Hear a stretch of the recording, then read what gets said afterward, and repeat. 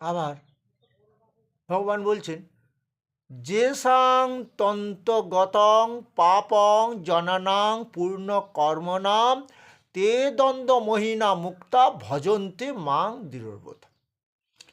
যাদের দেহ থেকে মন থেকে, এখানে দেহটা তো আশ্রয় করে আছে মনই তো সব। তা হে অর্জুন, যাদের মন থেকে পাপ দূর হয়ে গেছে তারাই একান্তভাবে আমার ভজনা করেন। যে সাং তন্তগতং পাপং জনানাং পূর্ণ কর্মনাম তে দ্বন্দ্ব মোহিনা মুক্তা। মানে যাদের দেহের মধ্যে কামনা বাসনা শূন্য হয়ে গেছে। পাপ হচ্ছে এটাই, যেমন দুর্যোধনের কামনা 100 ভাই মিলে ভোগ্য করে, বুঝতে পেরেছ? তাহলে যাদের মধ্যে থেকে কামনা বাসনা দূরীভূত বা যারা ত্যাগ করে দিয়েছে, তাদের দেহটা তো পাপমুক্ত দেহ।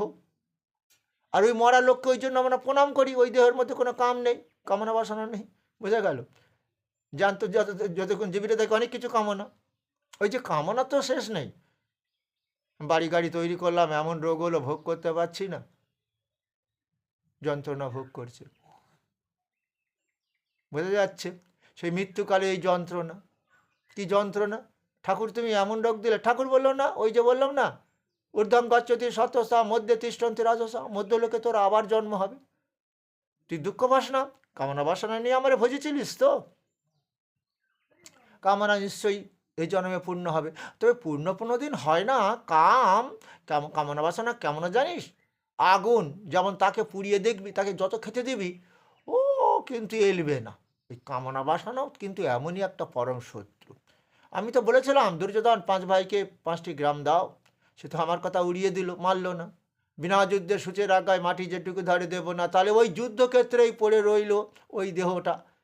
ওই দেহটা আর ভোগাবে না গো, ও তো শিয়াল শকুন সব খেয়ে নেবে, পচে গলে মাটির সঙ্গে মিশে যাবে। পঞ্চভূত দিয়ে দেহ তৈরি, পঞ্চভূতে বিলীন হবে। কিছু বুঝতে পেরেছ? ওই জন্যই মহাপ্রভু বলেছিল, কে জানো? ভজ কৃষ্ণ বল কৃষ্ণ লহ কৃষ্ণ শিক্ষা। হ্যাঁ, তা সেই ভগবানও বলেছিল, মান মনা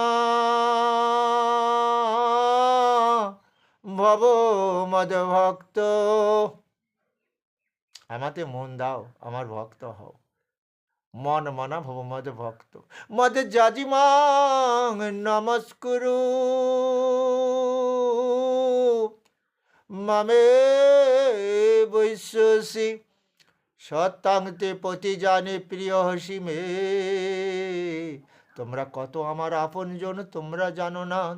তোমরা 84 লক্ষ জনি ভ্রমণ করে কত কষ্ট পেয়েছিলে, 9 লক্ষবার কীট পতঙ্গ হয়েছিলে, পশুকুলে জন্ম নিয়েছিলে, বৃক্ষকুলে জন্ম নিয়েছিলে, কত কষ্ট পেয়েছিলে। তা আমারই সৃষ্টি তোমরা। তাহলে আমি তোমাদের পিতা মাতারূপে সৃষ্টি যেকালে করেছি, তাহলে এবার তোমাদের ওই দেহ দিয়ে আমি একটু সুখ দেব। এই মনুষ্যকুলে জন্ম নিয়েছ, তাহলে কি করবে? আমার জ্ঞানের কথা বিশ্বাস করো, আমাকে ভজনা করো, হ্যাঁ, আমাতে মন দাও, আমার ভক্ত হও, আমার পূজা করো। তুমি যদি নাও করো, তোমার মৃত্যুর পর তোমার ছেলে আবার আমাকে পূজা করবে। দেখেছ বডি তুলছে, বলো হরি হরি বল।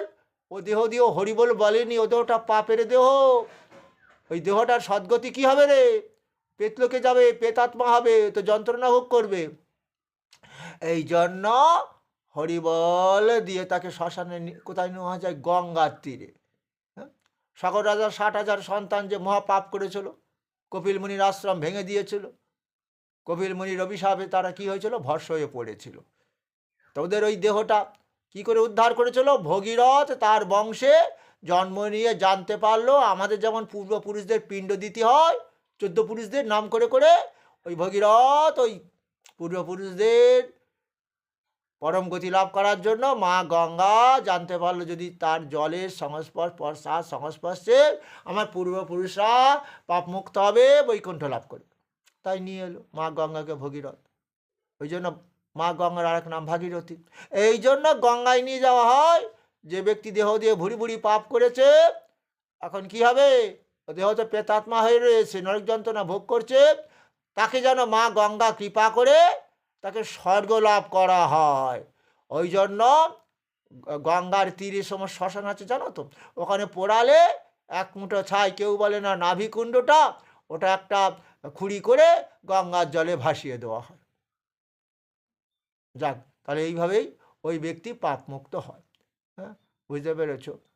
তাহলে সেই গঙ্গাটাকে স্রোত সমস্মি জাহ্নবী, হে অর্জুন, যত নদী আছে নদীদের মধ্যে আমি সেই গঙ্গা।